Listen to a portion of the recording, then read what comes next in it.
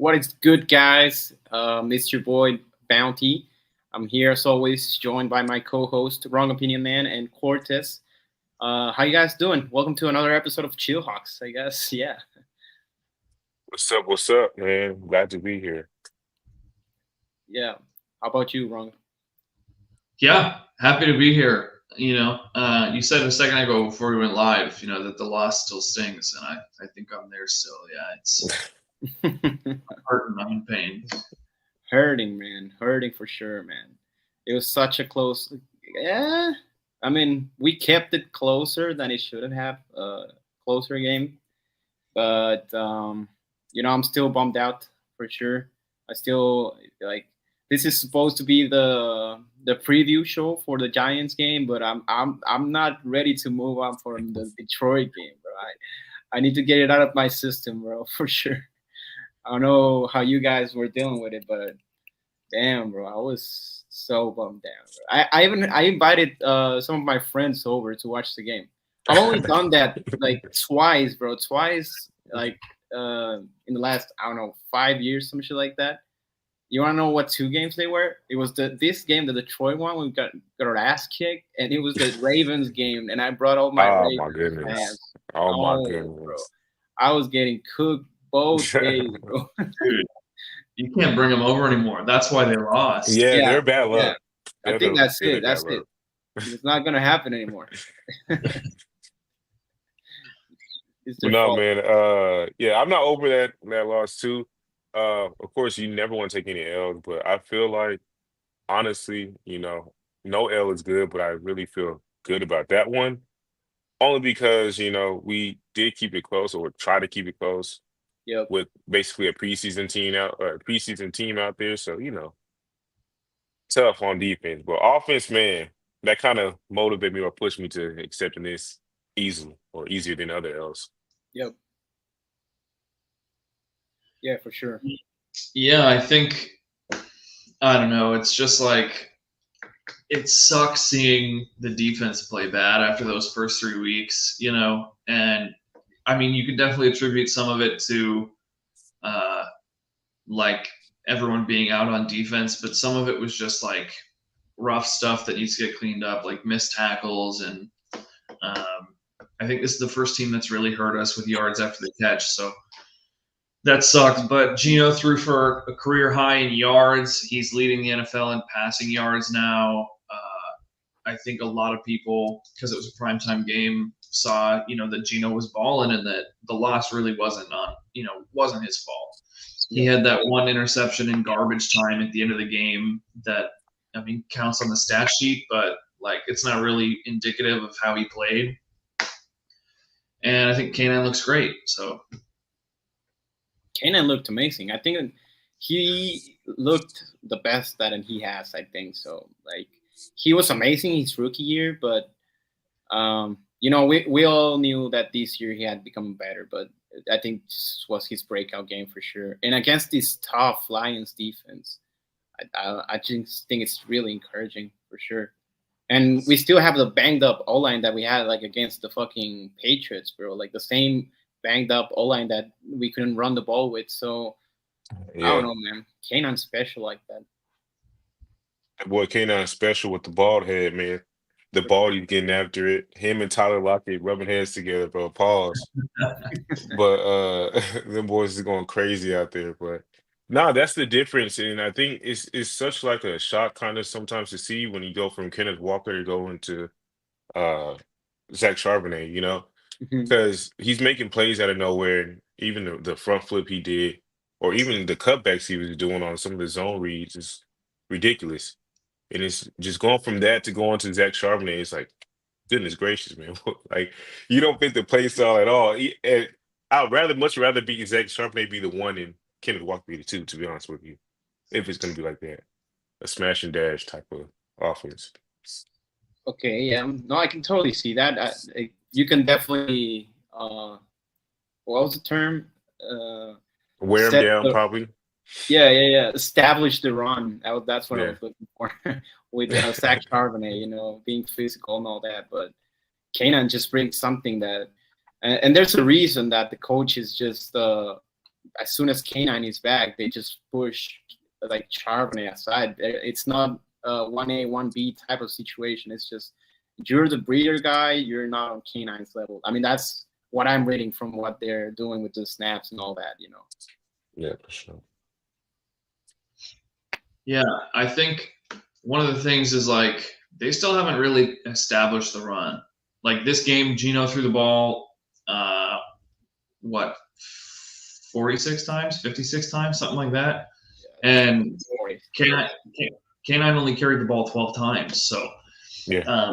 like he played really great, but I mean, he only had so many opportunities and he made the most of them, but we could get him a lot more involved. And I think it's great that Geno's been playing so good, but we don't want him throwing 50 times a game every game. Like that's not going to be good for anybody.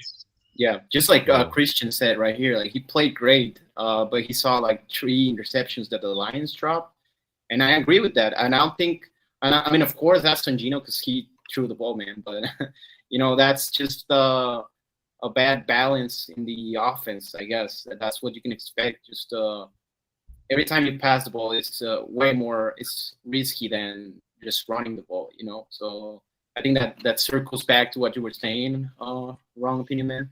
That we definitely need to establish the run more because Geno's leading the passing game. I mean, the league in passing yards, but that's because of his volume, bro. Like, and of course he's been playing great, but I think the best Geno is with a run game for sure. I mean, all quarterbacks, I guess. The problem I have with it sometimes is, you know, people say like, not saying you're wrong, Vountee, but people say like, oh, he threw the ball 56 times, he only got 396 passing yards or whatever the case may be. But everybody can see that our offensive line is terrible. So you're gonna have to dink and dunk sometimes. You can't hold the ball and make a play and throw the ball 80 yards every play. You know, you're gonna have to take what the defense allows, especially when you have to make quick reads and on the fly reads as well. So it's tough. And then also the interceptions I did see 2 that could have been intercepted, I guess. So yeah, he could have ended up with 3, but again, he's under pressure all day, you know, and you throw the ball 56 times, eventually, you know, these NFL players are going to get their hands on one of them. For sure. Yeah, and I think like I don't know. There was also a couple of drops that were, you know, like towards the beginning of the game, DK dropped at least 2, like right towards the beginning of the game, where it was like he caught this crazy ball on the first throw and then dropped to like should have been easy catches. So like it's not like he didn't try to throw down the field sometimes too. Like there were a couple deeper passes that could have been caught and weren't, that would have made his numbers look a little better. But you know, you do what you can, and I think the Lions played really well. Except for Carlton Davis, I think he's a bitch. And then I think comparatively, it's like easy to look at Goff's numbers that 18 passes, 18 completions, and almost 300 yards. But his receivers have a lot. Whoop. My phone fell. Full body reveal, I guess. They had a lot more yards after the catch than the Seahawks did, and so you know they really attacked our weaknesses on defense. Whereas Geno, he was pressured so much. Aiden Hutchinson had like 10 pressures. Yeah, he didn't have time to find where he was schemed open. He just had to find players to throw to. So do what we can. My phone might be. You good, bro. No, but for sure. I mean, it was just a horrible game on defense, and you know, it was humbling for sure.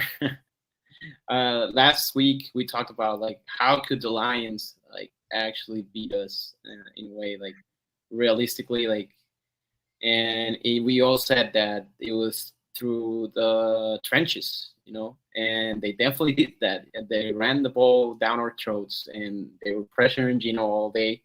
And I think Geno, man, I'm even higher on him. I think everyone is at this point. Like even Grant Kahn is fucking tweeting that he was wrong about Geno, how he's a great quarterback. Like, I think he's just doing that to troll 49ers fans as well. That's how he is. But you know, I'm taking that every single day for sure. Yeah, I think the thing that was like I don't know, the hardest watch for me was the Jameson Williams 70-yard touchdown. Ooh, That hurt my soul. And at the time, I was really like, because Spoon was standing right there when he caught the ball, so I was like, oh, this is like on him. But if you rewatch the play, Spoon is like, he's not covering Jameson Williams at all. He's covering Amon-Ra St. Brown, who's like, I don't know. He was running way up the field, and if Spoon hadn't been covering him, then he would have been wide open for a touchdown as well. So I don't know what the miscommunication was, but basically you had Spoon defending two players that were both deep and nobody else around. So I don't know if it was on him or not, but it's just like it's frustrating to see plays like that and be like, why was nobody doing their job here? But I'll put the blame more on the linebacker. I guess those crossers. But I'm not like a film analyst and shit like that, so I'm not gonna front on you guys. But I do think that for me, the worst experience. I mean, the Jameson Williams touchdown was such a heartbreaker, but for me, the biggest heartbreak was the Devin Witherspoon missed tackle, bro. That was so embarrassing, bro. I feel like that was my own kid getting sat down on his ass. Damn, shit, bro. It's not supposed to happen, bro. You're a big hitter. Fuck. I loved it though, in a sense, because Spoon is gonna play with that aggression. So you love that, but got to go under control, man. You can't just fly in there with no plan. It reminded me low key of Earl Thomas, some of the plays he used to do, because he'd be running so fast at the player, he doesn't even actually wrap up. He just bounces off that player. So yeah, it looks so bad, and it's on national television too. So it stung a little.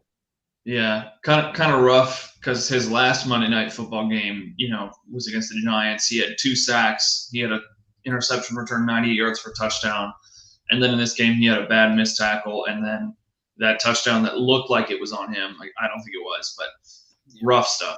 I will say on his missed tackle, there were also like 4 other Seahawks that could have tackled Montgomery before he got. Was that Montgomery? Yeah, it was Montgomery. I don't know. Montgomery and Singletary, and there's one more that I keep getting mixed up because they all keep moving every year. But yeah, there were like 4 Seahawks there, and they just kind of like stood there, and then they were like, oh shit, he's still moving. Like, so, and then Dodson, I don't know what he was doing, but he was like chasing him down the sideline, and he just looked so slow. Like, I don't know if he's a little hurt or what, but I was like, dude, you're on national television. Like, put run faster. Run faster, bro. Lean into it a little bit. Yeah. No, the thing that made me mad is when Spoon missed a tackle, and it was like 3 or 4 Seahawks just standing around him, and I'm like, bro, around Montgomery, and I'm like, dude, somebody tackle him. Yeah, untie his shoe or do something, man. You can't get in his way. I guess for me, the most frustrating play was the Jared Goff touchdown, bro. Like, that was so fucking embarrassing. That was like, I think it was Drake Thomas, bro. The ball was already on fucking Jared Goff's hands, and this motherfucker was doing all this shit for nothing, bro. No, that's. Bro, before that play, I put on Twitter, like, who was number 50? And the wrong opinion, it was like, oh, I think that's like Trayvon Gibson, I think you said. Yeah, Travis Gibson. Yeah, and so I'm like, man, he's getting his ass kicked like off the line, bro. Like, as soon as they snap the ball, he's like in the secondary getting blocked. And I'm like, God damn. And then they get down into the end zone, and then on an obvious play that looks like it's gonna be a fake, as soon as Amon-Ra St. Brown catches the ball, he slows down. So obviously, find your keys, find your reads or whatever, but and then he looks just so unathletic, jumping around and flailing. I'm like, dog, you're embarrassing me and my friends, man. You can't do that. Fake an injury at that point. Fall down and be like, I couldn't do anything. Man, do something. Dude, I feel like once Chenna's back, like, there's no need for Gibson to be around. Get him off. I can't watch him switch maps with people anymore. It's painful. Painful. Man, it was bad. And a lot in the ass, bro. Couldn't cover either. Just all bad, all bad. No. Oh man. I know before we talked about, I just wanted to ask you guys about the refs. What do you think about the refs? Was it really a screw job, or did you think that maybe we just crying over here on the internet because we lost? There's a couple of places. Go ahead, my fault, man. You go ahead. I was just gonna say, like, you can always complain about the refs, but where it's like clear and obvious that they missed something or got something wrong, then I feel like you have valid reason to complain. Yeah. I don't know that having that 2-point conversion would have changed the outcome of the game, but like it should have been reviewed. That's what the like review. Yeah, exactly. That's what the 2-point review play. like booth is for, and they're supposed to be doing stuff like that this year. So that one's frustrating for me. Pass interference is always, The subjective. Lockett play? Who's to say? But Yeah. I think that was so weak, bro. I don't know. I didn't like that call. And a call is weak when people are defending the Seahawks. Like people who don't root for the Seahawks are defending the Seahawks on Twitter and shit like that. So Yeah, there's the plays that were made on there. I was like, a couple of the hold'em calls was very ticky tacky. DK's, the DK pass interference was crazy. Well, not his pass interference. I'm sorry, his 2-point conversion was crazy. And pass interference in like it was fourth quarter. What 3 minutes left? It was crazy because yes, we probably not would have came back and outside kick and everything like that. But damn, at least give us a chance. We seen what happened in the Green Bay game when we did that. So all we need is a chance sometimes. But the refs, they weren't bad per se, but it just seems like they get worse and worse with throwing every single call that they see type shit. The hold on DK when Charbonnet got the first down was insane to me too. It just wasn't that good. It wasn't that good. man, I've just got just wave of sadness. I'm not gonna lie to you guys. I guess we can start talking about the positives because there was definitely some positives in the game, and I don't know about you guys, but for me, I am actually higher on this team than I was before the Lions game. I don't know what you guys think about it, all that. Go ahead, man. I was just gonna say, like, I'm really excited about the offense, and it was like humbling on defense. I would say my concern right now is that the defense didn't really seem like they made any adjustments at halftime. They just kept doing what they were doing.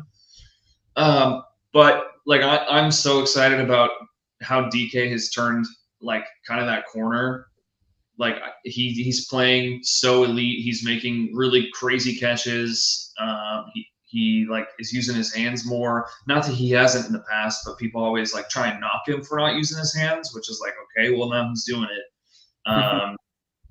He's clearly pissing off corners and defensive backs. Like Carlton Davis was so fucking salty after that game because he got just roasted. So I'm so excited about that, and man, I think if we keep saying this, but if we can get the O-line to just be a little better than it is right now, it's going to be a scary, scary offense. Yes, I definitely agree. If we get the offensive line getting at least 15th or 16th ranked, say just middle of the pack, give Gina more than 2.36 seconds, man, I feel like we'd be good. My opinion about the team kind of flipped after this game. Okay. I was more confident in the defense than the offense at first. Now, I'm more confident in the offense than the defense. Yes, we did have a sorry team in there, but again, the scheme should have low-key made it a little harder to stop them, or a little harder resistance, I guess you would say, against offense. But nah, man, Gino, that boy's a star, man. Kenneth Walker is a star. Jason, your boy Jason got some plays as well. Then Tyler's all reliable, man. Oh, can't forget DK, man. Feed DK. I'm glad they finally listened to me. That boy's getting his touches. I love it. I love it. And dude, I'm so excited about like how creative Ryan Grubb was getting in that game. Like, yeah, bro. that fucking lateral from JSN to Loved Charlie. it. Brooklyn ladder. That was I don't know if he drew that play up that way or if JSN was just like, oh, he's open over there. But either way, fucking worked. And it seems like he's getting a lot more comfortable with his players to call plays, that suit their strengths. And also, it just seemed like, I mean, I know they were losing the entire game, but it seemed like the offense, those guys were having fun. And like that is really what you want to see. Because if they're having fun, like they're going to play better, they're going to work better together. If they're all frustrated, they're all going to be trying to play the hero, and that just doesn't work for anybody. So I'm psyched about that. I agree. And they got rid of the screens to Tyler Lockett. But they gave Laviska a screen. He actually got like 12 yards on it. He did a good job, bro. That's the screen guy. I don't care, bro. Like, as long as they got to use him properly, like a punt return. Yeah, they kept doing like unblocked bubble screens for him, and I was like, he's not the break tackle guy. He's the get some blocking and let him go guy. So I'll hold off on being mad at Laviska Shenault for this. What about Jake Bobo though? He had this crazy catch. He slipped and then he fucking, I don't know, bro. He's like a cat, like in a way, just always on his feet and always catching the ball, even if it's a bad ball or a hard catch. Like, I'm just excited for the future of the wide receiver corps in general. Man, that boy got that dog in him. For sure, man, for sure. I actually, I interviewed C-Mike's film, Griff, like this past weekend, and we just talked about Gino and shit like that. Like I'm doing a video, and he was saying, like, maybe I'm exposing him, bro, but he was talking about how Bobo could fill this void from the wide receivers of jump ball, Hey, and you said it first. I mean, in the show, hey. No, for sure, bro. Because like Jackson, like he's really good on like jump balls and shit like that. He's just a natural wide receiver, but he's still like 5'11" or some shit like that. So having someone like Bobo, and we all know DK, that's not really his strength. So I'm just super excited to use Bobo more. And I'm a JSN guy, but he definitely needs more touches or more targets, I guess.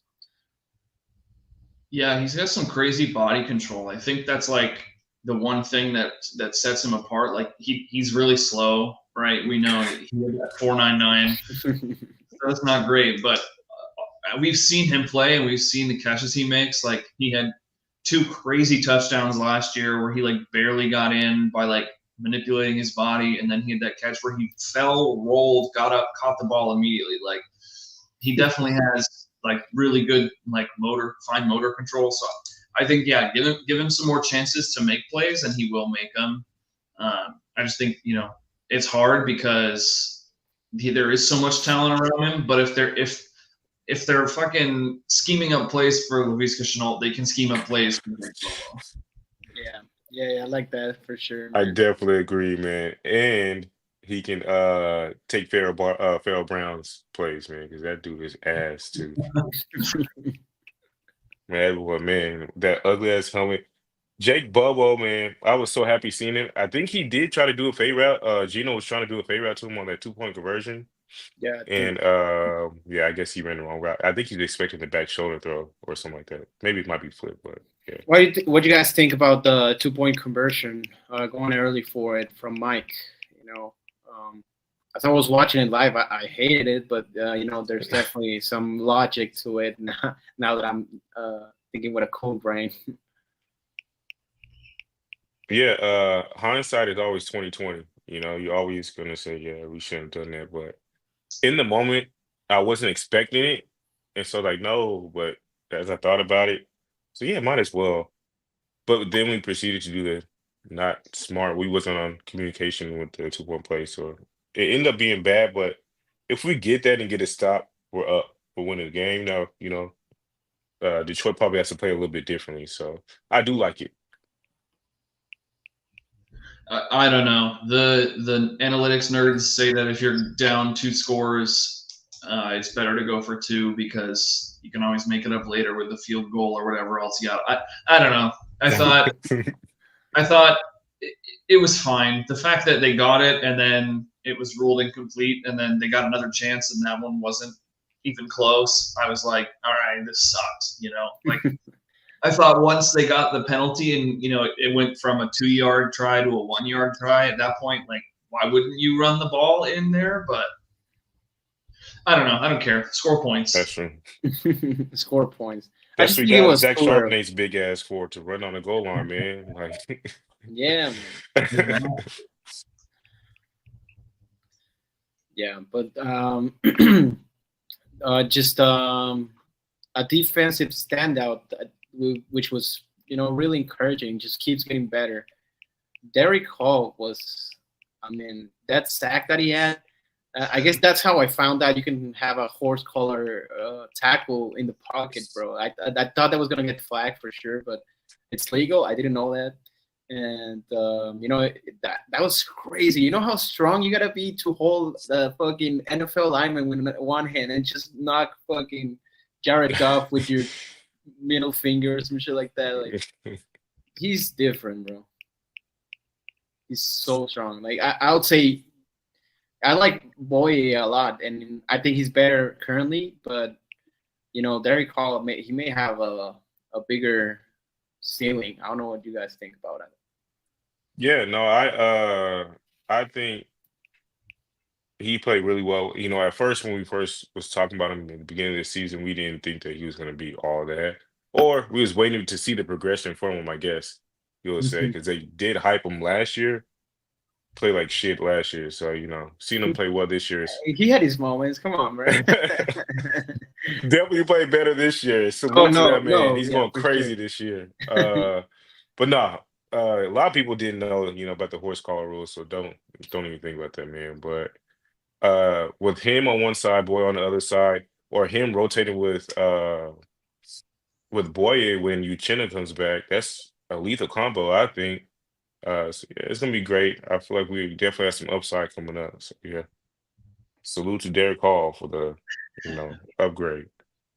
Yeah, I think it's gonna be so cool because like all 3 of those players play so differently. Like Mafe is definitely like a speed guy, and Chenna is a lot more like technical. Like if you watch his hands, he's really good with his hands, and Derek Hall's just a big motherfucker that pushes people around.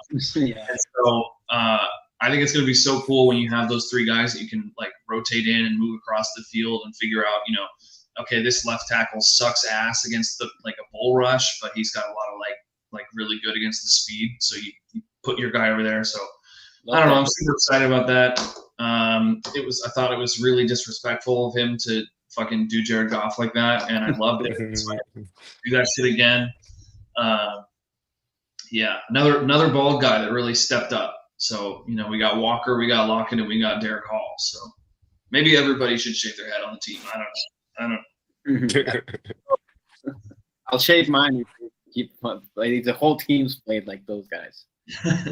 If we win a Super Bowl, I'll shave my head. All right, you guys heard that. I don't know if people are listening. If it's around, you guys heard. Hey, good thing we don't have people to hold us accountable, bro. Yeah, that's true.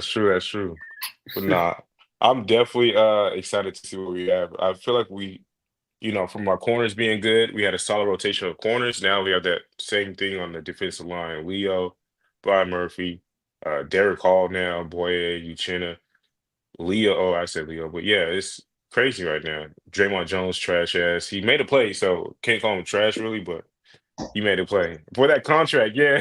For that contract, he's been trash, but hey, finally, good safety. Bro. Finally made a play. He's stepping up a little bit this season, like compared to last season, for sure. Yeah, need that. After he got paid. We got to get 2 more safeties so that we have a better safety ratio for the season. Yeah, for sure, man. Still behind 2 or still behind 1. And as bad as the Seahawks defense played, I think if you can salvage something, it's that the Seahawks offense actually outproduced the Lions offense, which is crazy to say looking at the scoreboard. And I just think it was like the perfect storm for the Detroit Lions. Like they didn't make any mistakes. They took advantage of the DK fumble and shit like that. And I'm not too sure if the Lions are a better team than the Seahawks. We are definitely banged up. Every team's banged up. So, it's not an excuse per se. Like they beat us fair and square, but I don't think they're like this huge juggernaut of the NFC. And if anything, I feel confident about facing the 49ers or whatever NFC team there is, bro. Like I was sure I was about to turn the game off like the first quarter. It was looking ugly, man. But being down 14 that early, it just changes so much the dynamic of the game. And to be able to come back and just like outproduce the offense that the Lions had, I just think it's such an amazing showing of endurance and just this mindset of the team, bro. Like they were so close. Like for a moment, I actually believed that we were going to make the comeback, bro. And that's awesome. Good culture, I guess. Go ahead, man. I was just going to say, yeah, they didn't give up. And I mean, not that we've really seen that from the Seahawks before, but that's always a good sign. Early, it's a really young team, like they didn't let it discourage them. They kept fighting. Gino was playing pissed off, dude. Like you could tell he was like, we're doing this. So, he definitely didn't let the team down. I think it was just, the perfect storm for the Lions.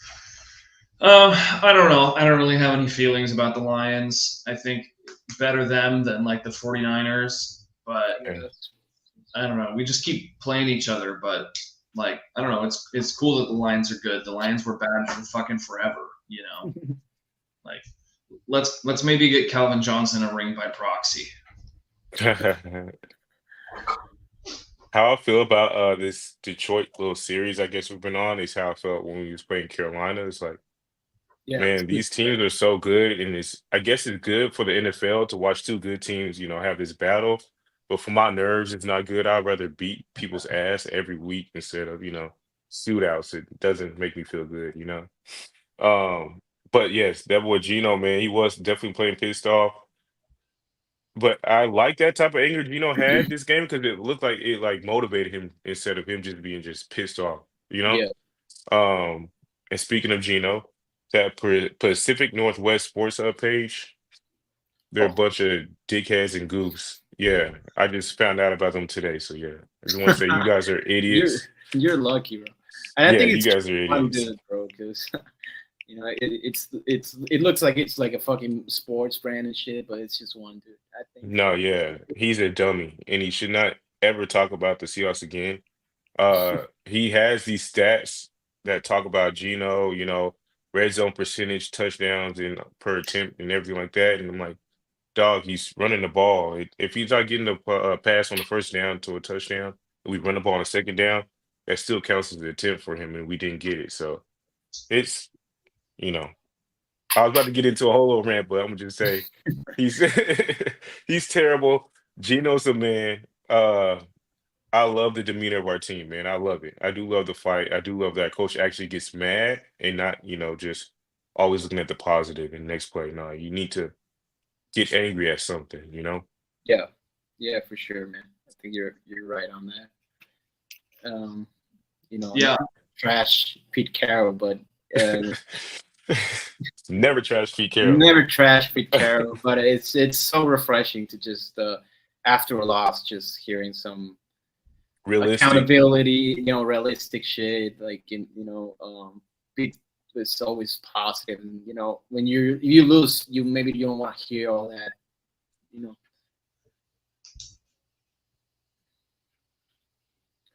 But just a quick question from Christian before we just preview the Giants game, which is not too previewable.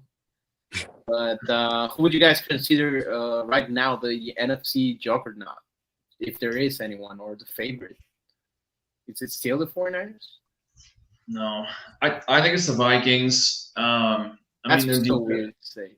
their defense kind of got kicked in the face by Jordan Love this last game, but he also threw 3 interceptions, so they still had something going. But I think the way Sam Darnold's been playing and the way that defense looks, like they've just been really opportunistic.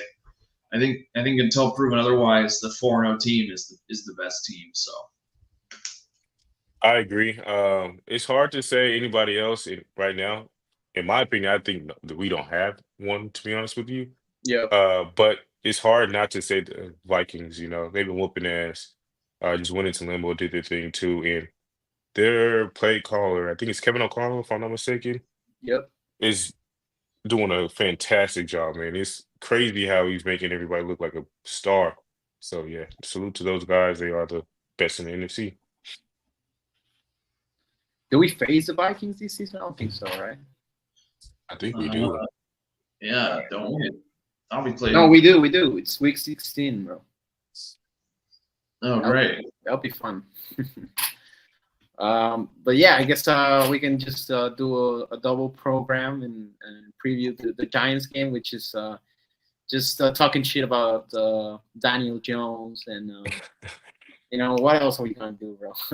If I'm being honest, I am a little bit worried about Dexter Lawrence because our inside offensive line, that's where we're hurting, bro. So it could get ugly for sure. But has been great with pressure, and it's looking like Malik Neighbors is gonna have to take a game out. He had a concussion, so it's not like I'm rooting for that, but it definitely would help us if that guy's like playing up like a top 5 wide receiver right now. You go ahead, man. He's hurt, isn't he? He's got a concussion. Yeah. I'm so sorry. I was looking at this schedule and I got lost. Don't worry. Yeah, I think if you watch the Giants games this year, Daniel Jones is ass, and he's just kind of been getting bailed out completely by Neighbors and by like Wan'Dale Robinson. So I think you take away his top target, and then all those shitty off-target throws that he throws aren't going to get caught anymore. So I think it'll be a really good game for our defensive backs to prove that last week was a fluke and that it was just weird. But yeah, I mean, really would like to see like Trey Brown get more involved. I feel like I haven't seen him do anything in a couple of weeks, and I don't know if that's good or bad. Like sometimes it's good if you don't see a player, like especially a defensive back. But yeah, I don't know. I think they kind of shut down the receivers, but at the same time they didn't throw to the receivers because they didn't have to. They were just running the ball so successfully every time. Mm-hmm. So I will say we're gonna sit I feel like this is a game that we do sit our injured players because we play the 49ers on Thursday night. So without even having our players, I feel like it's ass beating time. You know what I'm saying? I feel like it's belt to ass,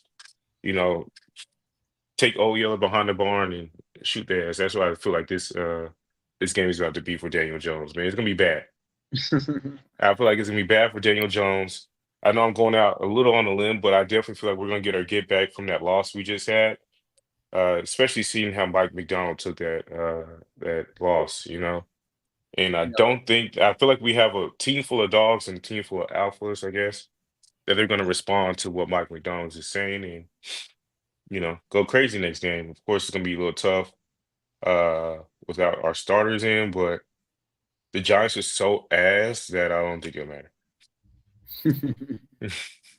I mean, I'm a little bit worried, low key, bro, because Brian, I'm not gonna lie, Brian Dable has been scheming up some shit with Malik Neighbors and Wan'Dale Robinson, which is everyone considered him a bust at this point of his career, like year 3 for him, but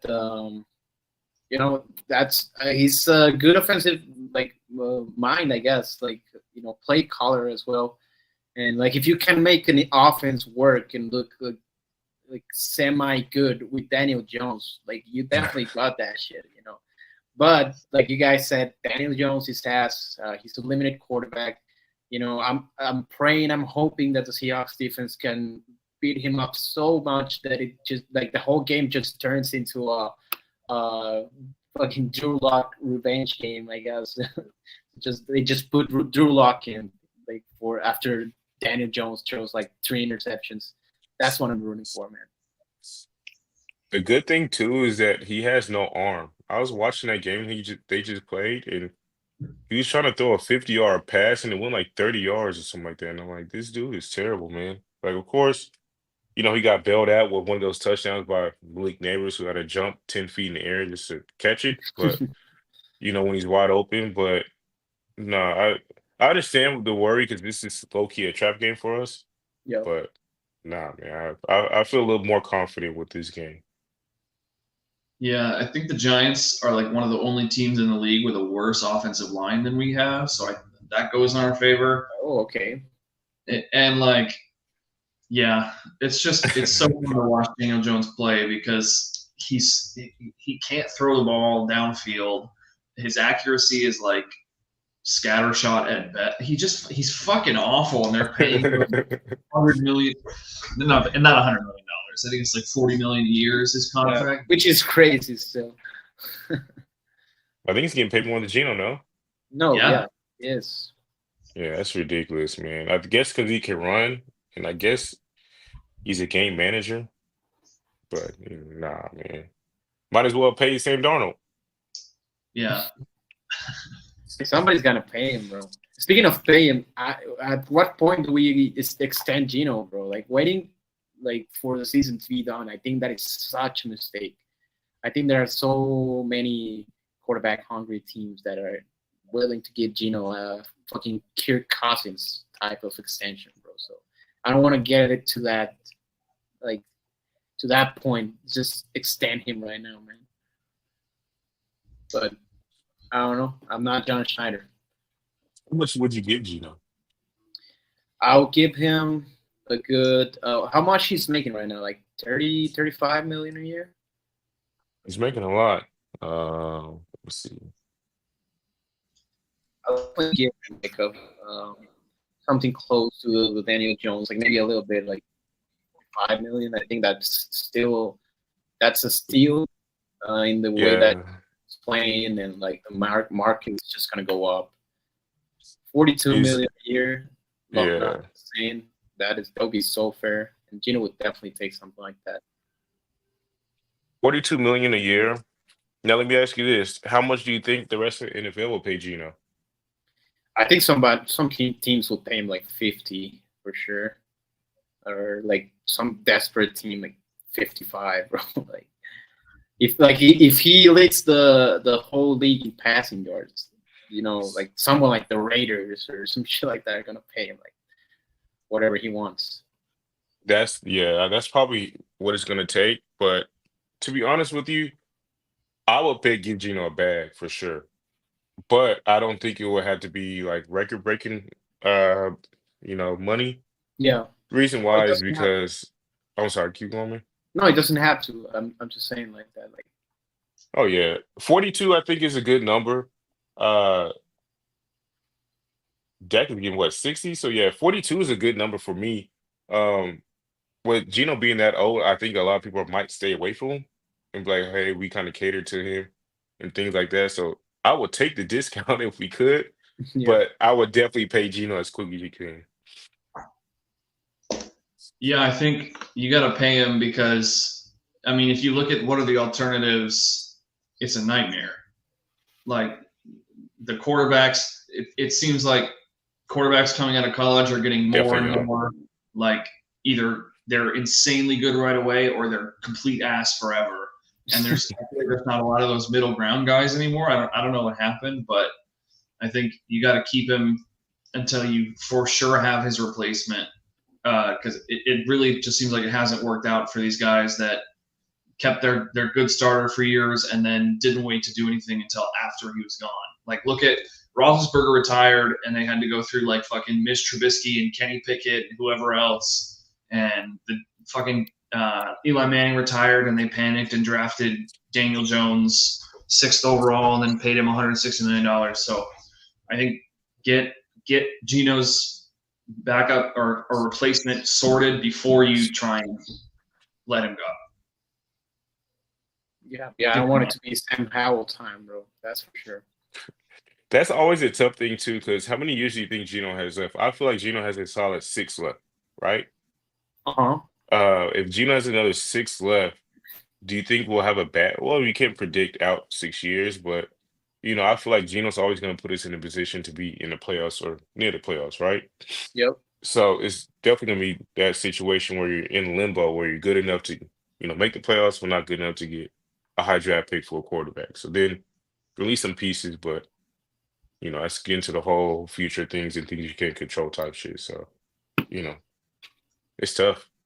I do not envy their job. Well, yes, I do, but sometimes I don't.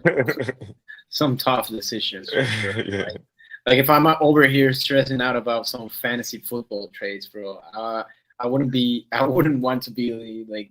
I was watching the Giants Hard Knocks about like the GMs and shit like that. That shit looks stressing as fuck, bro. Because nobody wants to get rid of Saquon, but paying him is the wrong decision, bro. So you're just breaking everyone's heart, and doing the right thing. Like, what are you supposed to do, bro? I agree. Yeah, but I guess you guys are comfortable with the Giants game. I'm not too comfortable. I think it's gonna be something like a trap game. I think we still win, but I think it might be closer than we would like. Similar to the Broncos game, like we're in control the whole game, but not really. Like we're kind of sweating it a little bit. So what would you guys prediction or score prediction would be for the Giants game?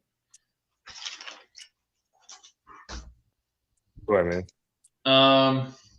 I'm trying to think. The Seahawks have scored 20 points in 4 straight games, or 20 or more points in 4 straight games, which they hadn't done since like 2021 or 2020, I think. Wow. So okay. I'm going to keep it going. We're going to say I'm going to go with 24 to like 13. Okay. Yeah, for the Seahawks. All right. I'm gonna go 31, like something like 31-21. I think that'll be a good score. The offense. I don't think we're losing because I don't think the Giants offense can keep up with the Seahawks offense. Even with Dexter Lawrence, and even if you have some fucking dumbass fumbles and shit like that, I just it's just way better. And if they're missing Malik, then there's just no way. But the defense might let up a little bit more than we would like. So yeah, 31-21. Yeah, I got 33-10. Oh, okay. 33-10. The only reason I said 33 is because we scored 26 against the Broncos, and I feel like we won't struggle as much in the first half as we did with the Broncos. And then Daniel Jones sucks, so and he doesn't have their best receiver, best receiver. So Mm-hmm. don't see him scoring a lot of points. Yeah. Who do you think is going to score the first touchdown? Oof. I think DK. Yeah, he should have scored last week. They're gonna give him one. I feel like. I think it's gonna be a Jake Bogle touchdown.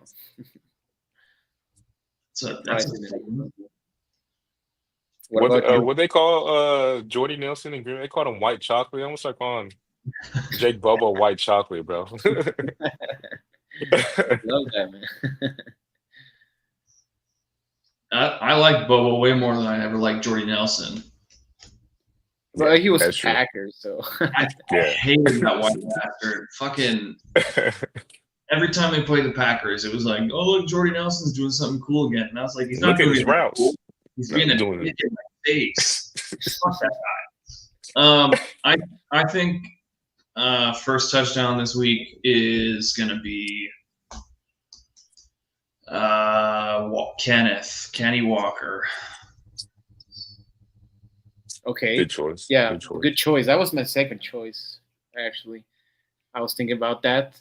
And I'm gonna ask you guys the same question that I asked the last preview show. What we're all confident that the Seahawks are still gonna win. What would the Giants or what would need to happen in the game for the Seahawks to actually lose this game? What would need to go wrong? I think for me,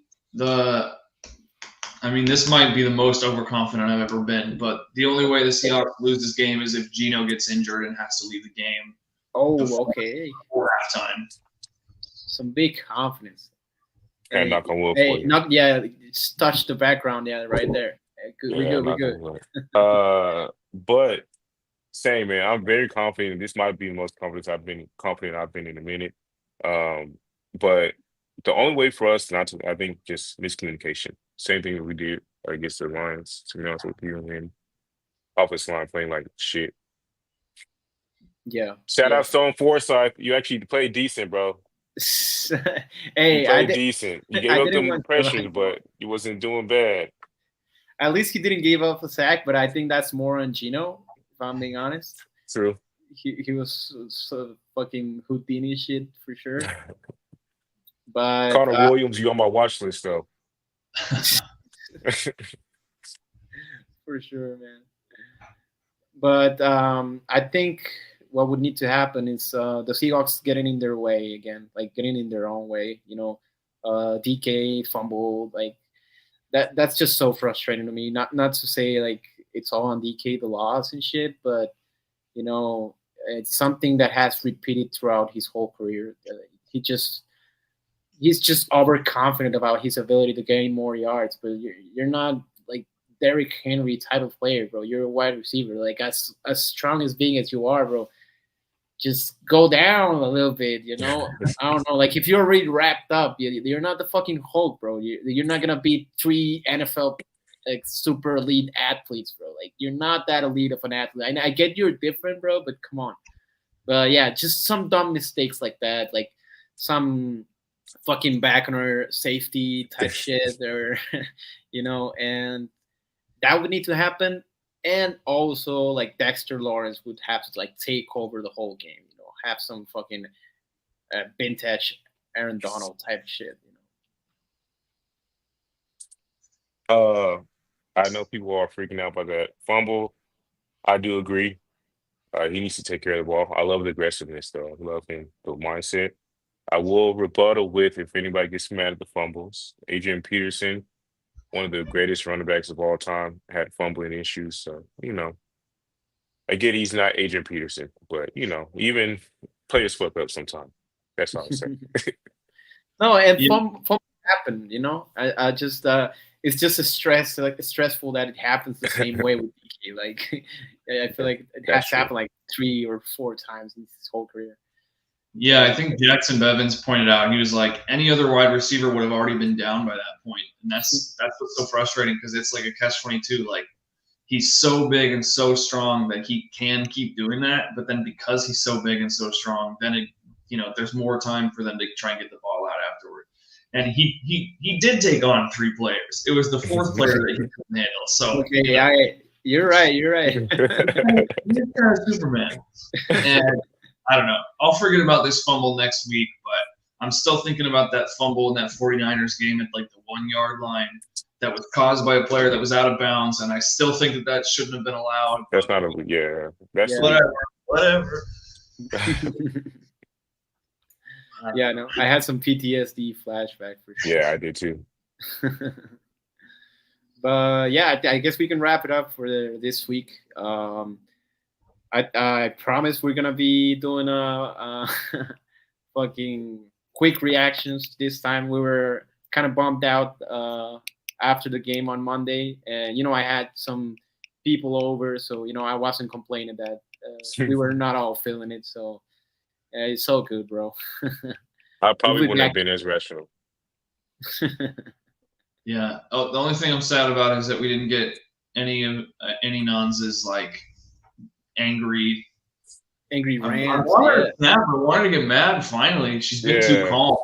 I Yeah, know yeah. she's got to fucking yell and scream and get mad, but She's got that fire in her for sure. For Yeah. sure. Shout out to Nons. She'll be back for sure. Hopefully, you know, I'm not. I'm not too sure. It's up to her. You know, scheduling is a pain in the ass with 4 different time zones. But hey, we're still here. Yes, Still sir. here. All right. Well, Yeah. thanks everyone. Oh, well, unless you want to say something. Sorry. oh no, just said hell yeah. Hell yeah. Yeah. Well, I guess that's it for this week. Thanks so much, everyone, who tuned in, who watched it live. If you liked it, leave a like, support, subscribe if you're not already, and we'll see you guys to celebrate the Giants week Sunday afternoon, I guess. All right. See you guys. Bye bye.